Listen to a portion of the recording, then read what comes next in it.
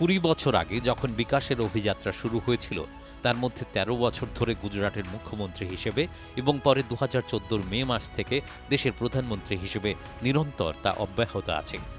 মানুষের জীবন থেকে অন্ধকার দূর হোক, চারিদিকে খুশি থাকুক, ঘরে ঘরে উজ্জ্বলতা ছেয়ে থাকুক, জনগণের নির্বাচিত এই সেবকের এটাই ছিল মূল লক্ষ্য। সার্বিক জনকল্যাণের পরিকল্পনা যেগুলি প্রথম গুজরাটে শুরু হয়েছিল, এখন গোটা দেশে সেগুলি বাস্তবের মাটিতে নেমে এসেছে। এতে কোটি কোটি মানুষের জীবন সমৃদ্ধতর হয়েছে। গুজরাটের পঞ্চমহল গ্রামের হাসমুখ ভাইয়ের ঘরে 2006-তে শুরু হওয়া জ্যোতি গ্রাম যোজনার আওতায় বিদ্যুৎ সংযোগ দেওয়া হয়েছিল। এই যোজনার আওতায় রাজ্যের প্রত্যন্ত অংশের ঘরে পর্যন্ত আলো জ্বলল, যেখানে বহু দশক যাবৎ বিদ্যুতের সংযোগ ছিল না।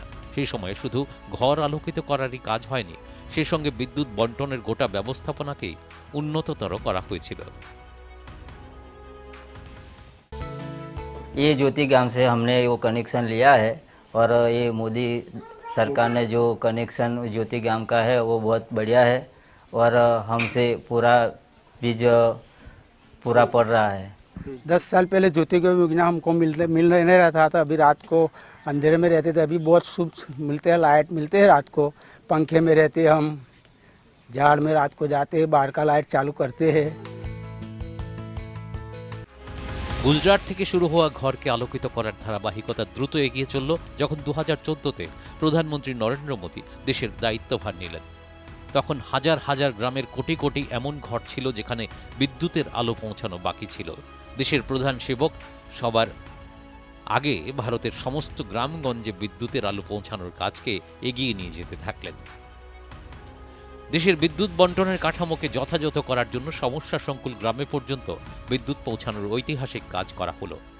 দেশের সমস্ত গ্রামে বিদ্যুৎ পৌঁছানোর পর মোদী সরকার সমস্ত ঘরকে আলোকোজ্জ্বল করে তোলার কাজ শুরু করলেন। मेरे घर में पहले लाइट नहीं थी और आवाज़ भी नहीं था, लेकिन मोदी जी के कारण से कुछ हमको आवाज़ भी मिला है और थोड़ा रोजगार भी मिल रहा है, तो इससे हम बहुत खुश हैं। और बिजली भी हमारे घर में आ चुकी है। हमारे दादी के नाम पे हमें एक घर मिला है और लाइट की भी सुविधा मिली है। और पहले हम लोग के घर में लाइट नहीं थी, पढ़ने में दिक्कत होती थी, अब मतलब लाइट भी मिल गई है, तो उस वजह से हम पढ़ भी अच्छे से सकते हैं और हमारा ग्रेजुएशन हो रहा है। 25 সেপ্টেম্বর 2017-তে পণ্ডিত দীনদয়াল উপাধ্যায়ের জন্মজয়ন্তীতে প্রধানমন্ত্রী নরেন্দ্র মোদী সহজ বিজলি হর ঘর যোজনা, সৌভাগ্য যোজনার সূচনা করেন, যার পর থেকে মানুষের ঘরে বিদ্যুৎ পৌঁছানোর কাজ জোর কদমে এগিয়ে নিয়ে যাওয়া হয়। সৌভাগ্য যোজনার 4 বছর পূর্তির আগেই দেশের সমস্ত আগ্রহীদের ঘরে বিদ্যুতের আলো পৌঁছে গেল। प्रधानमंत्री सौभाग्य योजना घर घर में उजियारा लाए, घर घर में उजियारा लाए, अंधियारा कोसों दूर भगे, जगमग जगमग हर घर है जा, जगमग जगमग हर घर है जा। প্রধানমন্ত্রী মোদী শুধু এই কথাই ভাবেননি যে মানুষের ঘরে বিদ্যুতের আলো থাকবে, সে সঙ্গে দেশের প্রত্যেকের থাকার মতো পাকা ঘর হোক, সেই লক্ষ্যেও ঐতিহাসিক কাজ হয়েছে। 2022 নাগাদ সবার জন্য পাকা ঘরের লক্ষ্য পূরণ আমরা দ্রুত এগিয়ে চলেছি। बहुत तकलीफ था, बारिश होती थी, चूने लगता था, सब मेहमान आते थे, सब भीग जाते थे ऐसे, और कच्चा घर था ना। हमारे छत के नीचे वो टीन धरा हुआ था, कुछ रहने की व्यवस्था नहीं थी और प्रधानमंत्री जी को हम शुक्रिया अदा करते हैं। এর মধ্যে গুরুত্বপূর্ণ বিষয় হচ্ছে এই যোজনার 80% ঘর মহিলাদের নামে দেওয়া হয়েছে। अगर मकान है तो पति के नाम पर, खेत है तो पति के नाम पर, गाड़ी है तो पति के नाम पर, स्कूटर है तो पति के नाम पर, दुकान है तो पति के नाम पर, और अगर पति नहीं रहा तो बेटे के नाम पर, लेकिन उस मां के नाम पर कुछ नहीं होता है। एक स्वस्थ समाज के लिए संतुलन बनाने के लिए कुछ कदम उठाने पड़ते हैं, और इसलिए हमने तय किया है कि सरकार जो आवास देगी उसका मालिकाना हक महिला को दिया जाए। একদিকে যেখানে গরিবদের ঘর দেওয়া হয়েছে, একইভাবে ভর্তুকিতে আবাসনের সুবিধার মাধ্যমে মধ্যবিত্তদের জন্য ঘরের স্বপ্ন পূরণের কাজ চলতে থাকলো। মোদী সরকারের বিকাশ শুধু বিদ্যুৎ, জল ও ঘরের মধ্যেই সীমাবদ্ধ থাকলো না।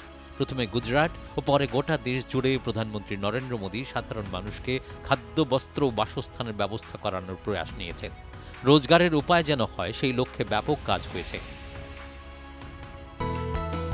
जब अटल जी ने नेशनल हाईवे के माध्यम से देश के महानगरों को जोड़ने का विचार रखा था, तो कुछ लोगों को यकीन ही नहीं होता था कि ऐसा संभव है। 6-7 पहले जब मैंने गरीबों के लिए करोड़ों पक्के घर, करोड़ों शौचालय, तेजी से चलने वाली रेल, शहरों में पाइप से गैस, ऑप्टिकल फाइबर जैसे बड़े इंफ्रास्ट्रक्चर प्रोजेक्ट की बात की, तब भी आदतन कुछ लोग यही सोचते थे कि इतना सब कुछ कैसे हो पाएगा। लेकिन आज इन अभियानों में भारत की सफलता दुनिया देख रही है। भारत आज पीएम आवास योजना के तहत जितने पक्के घर बना रहा है, वो दुनिया के अनेक देशों की कुल आबादी से भी अधिक है। শ্রমশক্তি যে কোনো দেশের মেরুদণ্ডের মতো। বিগত বছরগুলিতে শ্রমজীবীদের নতুন নতুন দক্ষতার বিষয়গুলি শুধু যে পরিচিতি পেয়েছে তাই নয়, এর সঙ্গে তাঁদের সুদক্ষ করে তোলার দেশব্যাপী অভিযানও চালানো হচ্ছে। जो अभी हम लोग का ये कास्ट कला उद्योग चल रहा है, मोदी जी ने बहुत सहयोग किया हम लोगों का। इसके विषय में चर्चा हुई, हम लोग में कमेटी बैठा था, उसके बारे में ये अपना औजार भी अपना दिए थे इन लोगों ने मोदी जी के सहयोग से। खींच दो ये आसमान, पंख है बेताब हमको और भरनी है उड़ान। नोक छूनी है सितारों की अभी नजदीक से, हमको बाहों में अभी भरना है ये सारा जहां। कह दो आसमान से है तैयार हम, लगा के पंख नर के हैं तैयार हम, कह दो। লেখাপড়া জানা তরুণ তরুণীদের দক্ষতা বিকাশের জন্য বিশেষ জোর দেওয়া হয়েছে। অটল ইনকিউবেশন সেন্টার হোক কি কৌশল বিকাশ কেন্দ্র, আজকের তরুণদের দক্ষ করে তোলার জন্য যে অভিযানে চালানো হোক না কেন, এর সুফল আজ চোখে পড়ছে। पिछले 1 साल से DISS जुड़ा हुआ हूँ और यहाँ मैं बहुत सारे design process, design thinking, graphic design से रिलेटेड काम करता हूँ, सीखता हूँ। यहाँ के टीचर से बहुत मोटिवेशन मिलता है एंड साथ में काम करने के लिए प्रेरित होता हूँ। और स्टार्टअप से जुड़े हुए बहुत सारी चीज़ों पे, ब्रांडिंग, पैकेजिंग से रिलेटेड काम सीखता हूँ और करते आता हूँ। हम लोग यहाँ पर काशी हिंदू विश्वविद्यालय के सभी बच्चों को ये समझाने और बताने का प्रयास करते हैं प्रायोगिक रूप से कि डिज़ाइन इनोवेशन कैसे काम करता है और इनका आम जिंदगी में, उनकी जिंदगी में, उनकी पढ़ाई लिखाई में, उनके रेगुलर कोर्स में क्या महत्व है। तो गवर्नमेंट ने जो पॉलिसीज़ अभी फ्रेम की हुई है उसका बहुत फ़ायदा हुआ हम स्टूडेंट्स को। और एक स्किल इंडिया प्रोग्राम करके है जो स्टूडेंट्स को सिखाते हैं और फाइनेंशियल हेल्प भी करते हैं स्टार्टअप्स में, तो जिसकी वजह से हमारे देश का फ्यूचर सिक्योर रहता है। শিক্ষিত তরুণ তরুণী শুধুমাত্র চাকরি করার কথা না ভেবে নিজেরাও যাতে আরেকজনকে রোজগার দিতে পারেন, সেই জন্য বিগত বছরগুলিতে কাজে গিয়েছে। আজ দেশে স্টার্ট আপের জন্য উন্নততর ইকোসিস্টেম আছে, কয়েক বছর আগেও যা নাকি ভাবা যেত না। जो हमारी ग्रोथ रेट है इस समय स्टार्टअप्स की, वो लगभग 12 से 15% ईयर ऑन ईयर के उस स्तर पर हम ग्रोथ कर रहे हैं स्टार्टअप इकोसिस्टम में। और अभी जो वर्ल्ड इन्वेस्टमेंट रिपोर्ट 2021 की आई है, जिसमें कि ये बताया गया कि फॉरेन डायरेक्ट इन्वेस्टमेंट 64 बिलियन का रहा है सन 2020 में। और अगर आप इसके पीछे के मुख्य कारणों को देखना चाहें तो मैं सबसे पहले national innovation and startup policy के बारे में बात करना चाहूंगा 2019 में जो की आई, उसके साथ ही साथ IPR policy, national IPR policy 2016 में जो आई, उसके अलावा स्टार्टअप रिकॉग्निशन पॉलिसी जिसमें कि रिकॉग्नाइज स्टार्टअप्स को tax exemption for 3 years, angel investment tax favour, उसके अलावा free of cost patent filing की जो फैसिलिटीज हैं वो बहुत ही मुख्यतः तौर पर आई है। तो जो स्टार्टअप का इकोसिस्टम जो एक इंडस्ट्रियल इन्वेस्टमेंट और एक यूथ को एक अल्टरनेटिव दिया गया है कि आप जॉब के अलावा भी स्टार्टअप इकोसिस्टम में एंटर कर सकते हैं, स्टार्टअप इकोसिस्टम का फायदा उठा सकते हैं। जब मैं जॉब करता था, ये स्टार्टअप करने से पहले मैं 15 साल एमएनसीज में काम करता था। हमेशा मैं सोचता रहता था कि मुझे कुछ अपना करना है, और ये जब मैंने देखा 2016 से स्टार्टअप का जो एनवायरनमेंट क्रिएट हुआ with the help of the government, और काफ़ी नॉर्थ ईस्ट को फोकस भी कर रहे हैं विद ड्यू रिगार्ड्स, मुझे थोड़ा हिम्मत हुआ तो मैंने अपना जॉब छोड़ के फुल टाइम में अपने ये स्टार्टअप पे दिया है।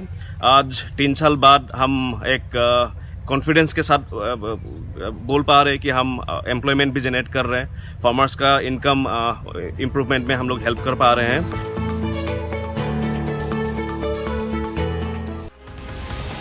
পিএম মোদি দেশের প্রত্যেক অংশের বিকাশের কথা ভেবেছেন। তা সে উত্তর পূর্ব হোক কি পাহাড়ি রাজ্য, প্রত্যেক জায়গায় দ্রুত হতে থাকা বিকাশের ছবি চোখে পড়ছে। সেতু, সড়ক, সুড়ঙ্গে দ্রুত কাজের অগ্রগতি হয়েছে।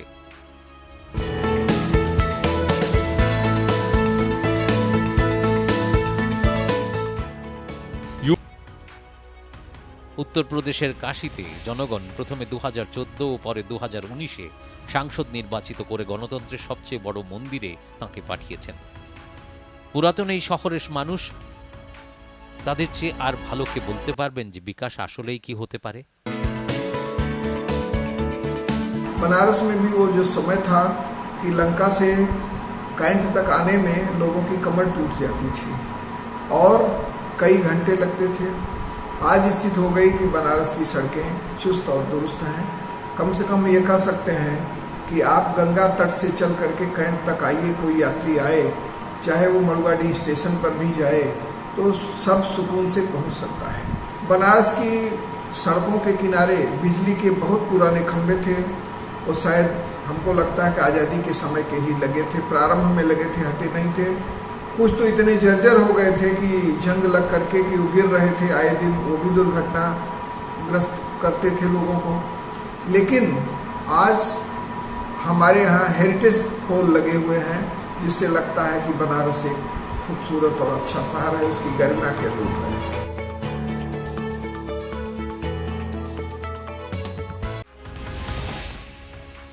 গোটা বিশ্ব দেখেছে যে কিভাবে প্রধানমন্ত্রী মোদীর নেতৃত্বে ভারত গোটা বিশ্বকে বলেছে কিভাবে সমস্যার সঙ্গে লড়াই চালাতে হয়। আজ আমরা পুনরায় দ্রুত বিকাশের রাস্তায় চলাচল শুরু করে দিয়েছি। দেশে নতুন শিক্ষানীতি কার্যকর হয়েছে। গুজরাটের মুখ্যমন্ত্রী হিসেবে প্রধানমন্ত্রী মোদী শিক্ষকদের গুণবত্তা বাড়ানোর জন্য প্রশিক্ষণের উপর বিশেষ জোর দিয়েছিলেন। নতুন শিক্ষানীতিতেও তাদের গুণবত্তা বাড়ানো এবং প্রশিক্ষণের উপর জোর দেওয়া হয়।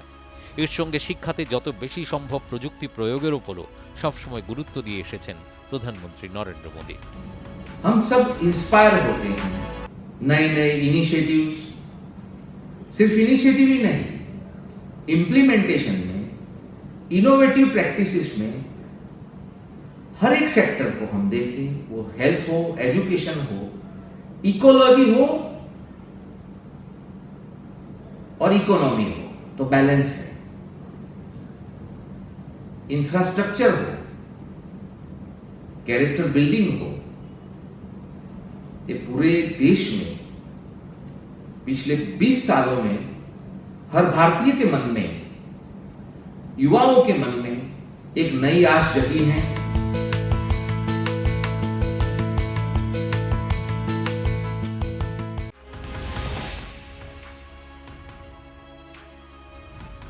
এমন শিক্ষানীতি যা নাকি পড়ুয়াদের সমস্ত সুযোগ দেবে, সেই সঙ্গে আমাদের চিরাচরিত জ্ঞান বৃদ্ধিও নিশ্চিত হয়। পড়ুয়াদের মানবিক ও বিজ্ঞানের বিষয়কে একসঙ্গে যুক্ত করার অবকাশ থাকে, অথবা নিজের মাতৃভাষায় উচ্চশিক্ষায় সুবিধা সহজলভ্য হয়। ভারত বিশ্বকে সামনে থেকে নেতৃত্ব দিয়ে ফের বিশ্বগুরুর স্থান দখল করতে পারে। নতুন শিক্ষানীতিতে এই বিষয়গুলিকে ভিত্তি হিসেবে স্থান দেওয়া হয়েছে।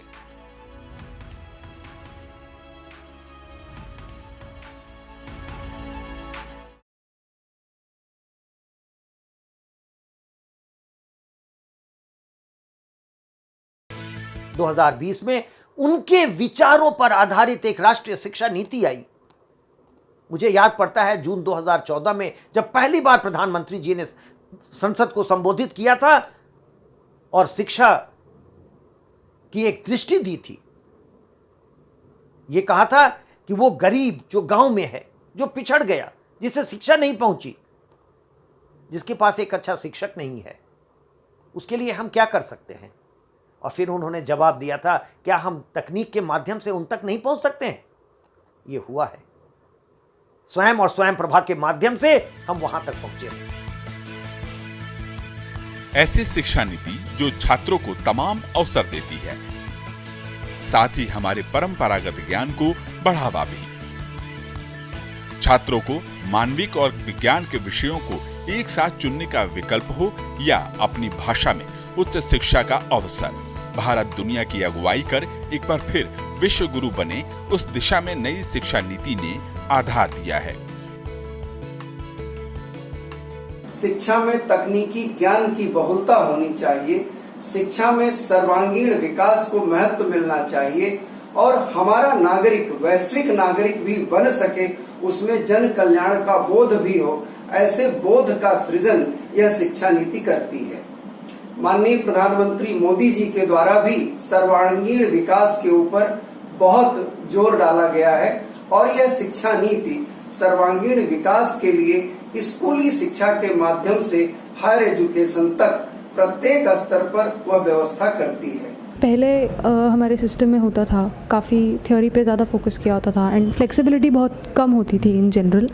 तो अभी के पॉलिसी में जो चेंज आया है, जिसमें फ्लेक्सिबिलिटी को ज़्यादा बढ़ावा दिया गया है, स्पेशली हायर एजुकेशन इंस्टीट्यूशंस या फिर अगर अब देखा जाए तो इवन सेकेंड थर्ड स्टैंडर्ड का जो भी है, जहाँ पे रिसर्च बेस को ज़्यादा इंकरेज किया गया है एंड ये सारी चीज़ें इनोवेशन के लिए ज़्यादा बढ़ावा दे रही है।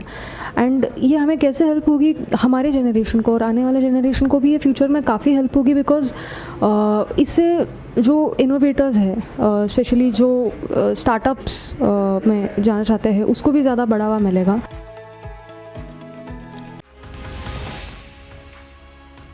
প্রথমে গুজরাট এবং পরে গোটা দেশে আমরা সবাই বিগত বছরগুলিতে ডিজিটাল বিপ্লব হয়ে যেতে দেখেছি।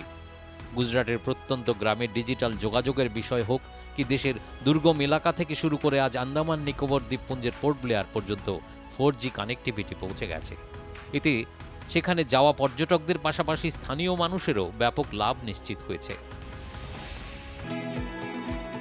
पोर्ट ब्लेयर तो बहुत अच्छा, कनेक्टिविटी की तो प्रॉब्लम है ही नहीं। चेन्नई से आ रही हूँ, मैं पहली बार आ रही हूँ, मुझे बहुत पसंद है यह जगह और मेरा बच्चों तो बहुत एंजॉय करते हैं यहाँ। हम वहाँ पर हमने जो सर्च किया था उसमें देखा था कि कनेक्टिविटी का बड़ा इशू रहता है। ठीक है, BSNL लेकर जाना पड़ेगा, बट नेट नूट कोई इशू नहीं है। ডিজিটাল বিপ্লবের সঙ্গে সঙ্গে বিগত বছরে দুর্নীতি দূর করার পদক্ষেপের ঐতিহাসিক কাজ হয়েছে। কোটি কোটি দেশবাসীর ব্যাংক খাতা খোলার স্বপ্ন পূরণ তো হয়েছেই, সেই সঙ্গে এখন সেই খাতাতে সমস্ত সরকারি প্রকল্পের প্রাপ্য টাকা সরাসরি জমা পড়ছে। কেন্দ্রীয় সরকারের দেওয়া প্রতিটি টাকা এখন সোজা প্রাপকের ব্যাংক খাতাতে জমা পড়ছে। নতুন নতুন প্রযুক্তি কৌশলকে কিভাবে শিখে নেওয়া যায় যাতে মানুষের জীবনযাপনের মান উন্নততর করে তোলা যায়, সে ব্যাপারে বিগত বছরগুলিতে ঐতিহাসিক পদক্ষেপ নেওয়া হয়েছে। भारत में पिछले 6-7 वर्षों में शहरी क्षेत्र में बहुत बड़ा परिवर्तन टेक्नोलॉजी से आया है। देश के 70 से ज्यादा शहरों में आज जो integrated command and control centre चल रहे हैं, उसका आधार टेक्नोलॉजी ही है। आज देश के शहरों में सीसीटीवी कैमरों का जो नेटवर्क बिछ रहा है, टेक्नोलॉजी ही उसे मजबूत कर रही है। देश के 75 शहरों में जो 30,000 से ज्यादा आधुनिक सीसीटीवी कैमरे लगे हैं, उनकी वजह से गुनहगारों को 100 बार सोचना पड़ता है। আজ ভারত দ্রুততার সঙ্গে $5 ট্রিলিয়ন অর্থনীতি হয়ে ওঠার দিকে জোর কদমে সুনির্দিষ্ট রোড ম্যাপ অনুসরণ করে এগিয়ে চলেছে। বিভিন্ন ক্ষেত্রে উৎসাহ প্রদান ভিত্তিক প্রকল্পকে অগ্রাধিকার দেওয়া হচ্ছে।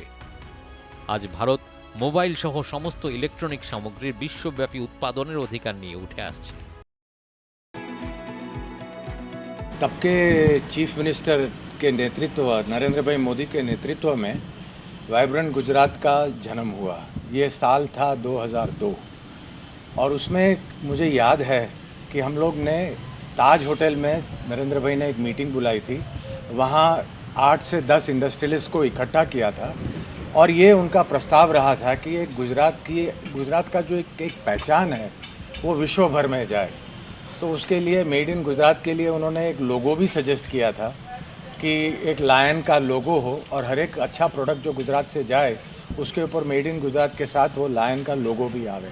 धीरे धीरे 1 साल 2 साल के बाद हमने देखा कि इनका जो स्कोप था, जो साइज़ थी और जिस तरह के high leading politicians, global leaders, industry leaders, multinational companies, investors, thought leaders, ये सब जो इकट्ठे हुए और सबकी पहचान बनाई और गुजरात के बारे में जो हमारा जो ड्रीम था, जो नरेंद्र भाई का पर्सनल मिशन था कि गुजरात को एक विश्व में उसकी पहचान बनाने में हम लोग कामयाब और बहुत बड़ी तरह से सफल रहे हैं।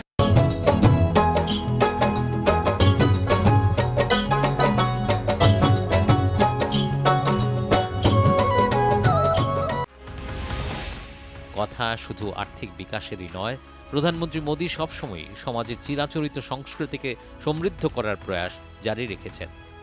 কিভাবে স্থানীয় উৎসবকে ব্যাপক মাত্রায় আয়োজনের মাধ্যমে বিশ্বস্তরে আকর্ষণীয় করে তোলা যায়, গুজরাটের কচ্ছে আয়োজিত রণ উৎসব এরই আদর্শ উদাহরণ।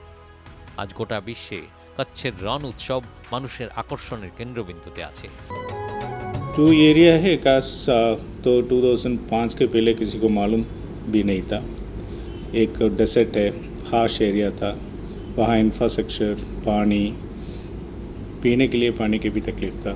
वो एरिया में बन्नी एरिया बोलते हैं, बन्नी एरिया में करीबन 47 गांव में वहाँ का लोगों मैक्सिमम माइनॉरिटी का लोग थे, सोशली बैकवर्ड लोग भी वहाँ रहते थे। जो एरिया एक वाइट डेसर्ट जो नमक साल्ट प्लेन कहते हैं, उसको कैसे जो विजन में कन्वर्ट करके ट्रांसफॉर्म किया है, ये सिर्फ आदरणीय प्राइम मिनिस्टर को उनका विजन का एक संपूर्ण ट्रांसफॉर्मेशन है।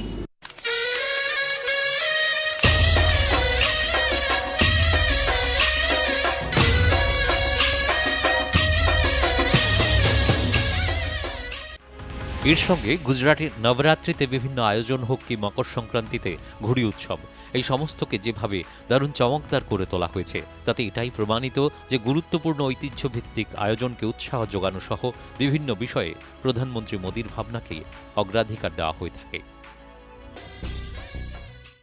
नरेंद्र भाई जब गुजरात के चीफ मिनिस्टर थे तब उन्होंने एक अलग ही तरीके से गरबा को लोगों के सामने प्रस्तुत किया। कहा वाइब्रेंट नवरात्रि, 9 दिन का ऐसा सेलिब्रेशन। गुजरात वैसे तो उत्सव का शहर, उत्सव का देश, गुजरात हमारा राज्य है। उस उत्सव के राज्य को दिया एक अलग ही तोहफा, यानी वाइब्रेंट नवरात्रि। वाइब्रेंट नवरात्रि लोगों के लिए पहले क्या था कि छोटी छोटे सोसाइटीज, फ्लैट, वहां पर होते थे गरबे, वो छोटे स्केल में होते थे। उन्होंने एक अलग सपना देखा और उन्होंने कहा वाइब्रेंट नवरात्रि करेंगे बड़े स्केल पर, लोग भी देखते रहेंगे कि गरबा क्या है। और एक अलग उनकी दूरंदेशी थी कि ये त्योहार जो है वो विश्व को अलग तरीके से देखने मिलेगी कि ये जो त्योहार की शान क्या है।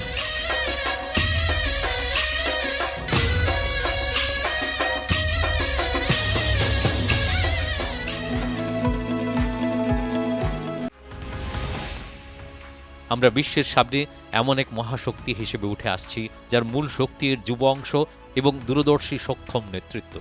বিশ্বের সবচেয়ে বড় গণতন্ত্র এই বার্তা দিচ্ছে যে ভারতের 130 কোটি মানুষের সহযোগিতায় যে কোনো উচ্চতা ছুঁয়ে ফেলা যায়, যে কোনো সমস্যা মোকাবিলা করা যায়। Yes, democracy can deliver. Yes, democracy has delivered.